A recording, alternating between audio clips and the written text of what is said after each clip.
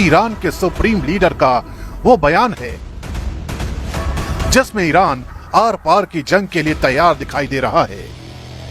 सुनिए ईरान के supreme leader का वो बयान जिसमें वो इजराइल के खिलाफ नो मर्सी वाली पॉलिसी की बात कर रहे हैं। हमें ज़ायनिस्ट आतंकवादी शासन को करारा जवाब देना होगा। हम ज़ायनिस्टों पर कोई रहम नहीं दिखाएंगे। ये शब्द किसी टीवी डिबेट में बोले गए बयान नहीं है, बल्कि एक ऐसे मुल्क के सुप्रीम लीडर की सार्वजनिक धमकी है जो पहले ही कई मोर्चे पर इजराइल को चुनौती दे चुका है। अब तेहरान सिर्फ चेतावनी नहीं दे रहा, वो किसी भी तरह की जंग के लिए तैयार खड़ा है।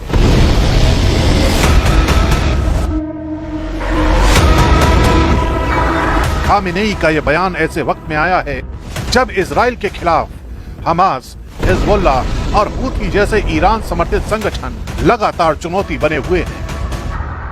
लेकिन सबसे बड़ा टर्निंग पॉइंट है खामेनेई की वो चेतावनी जो ईरानी अधिकारियों ने अमेरिकी मीडिया के जरिए वॉशिंगटन को दी है।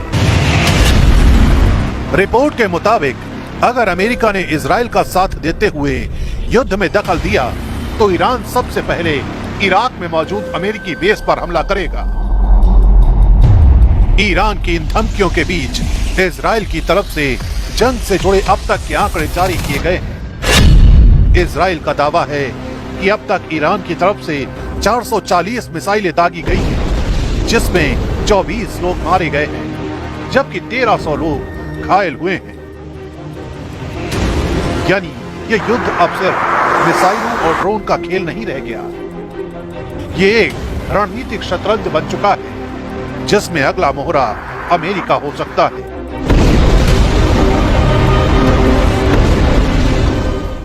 अब इस युद्ध से हो क्या रहा है? पश्चिम एशिया की हवा में बारूद घुल चुका है। बहुत बड़ी तबाही के कयास इसलिए भी लगाए जा रहे हैं क्योंकि अमेरिका भी ईरान को अब सबक सिखाने का मन बना चुका है। ये सब कुछ ऐसे वक्त में हो रहा है जब ईरान में इस्लामिक रिपब्लिक के अंत की बातें कही जा रही हैं।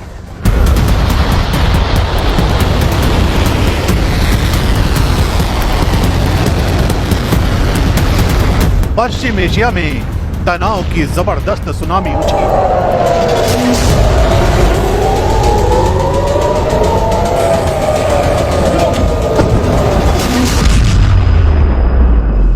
दुनिया के अखबारों और मीडिया में ईरान को लेकर अमेरिका के रुख की खबरें लगातार पब्लिश हो रही हैं। और ऐसा इसलिए क्योंकि अमेरिका की सैन्य मशीनरी अब पोजीशन ले चुकी है।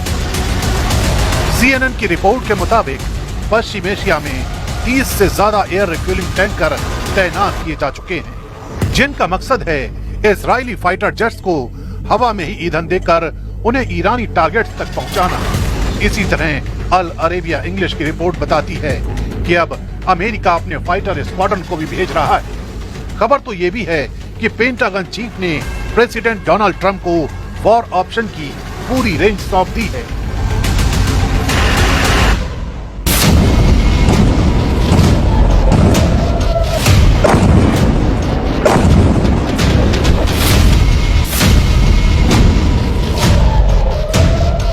इसी बीच अमेरिका में खुफिया जानकारी देने वाली वेबसाइट एक्सियोस ने बड़ा दावा किया है। इस दावे के मुताबिक इजरायली प्रधानमंत्री नेतन्याहू का मानना है कि अमेरिका कुछ ही दिनों में इस युद्ध में औपचारिक रूप से शामिल हो जाएगा।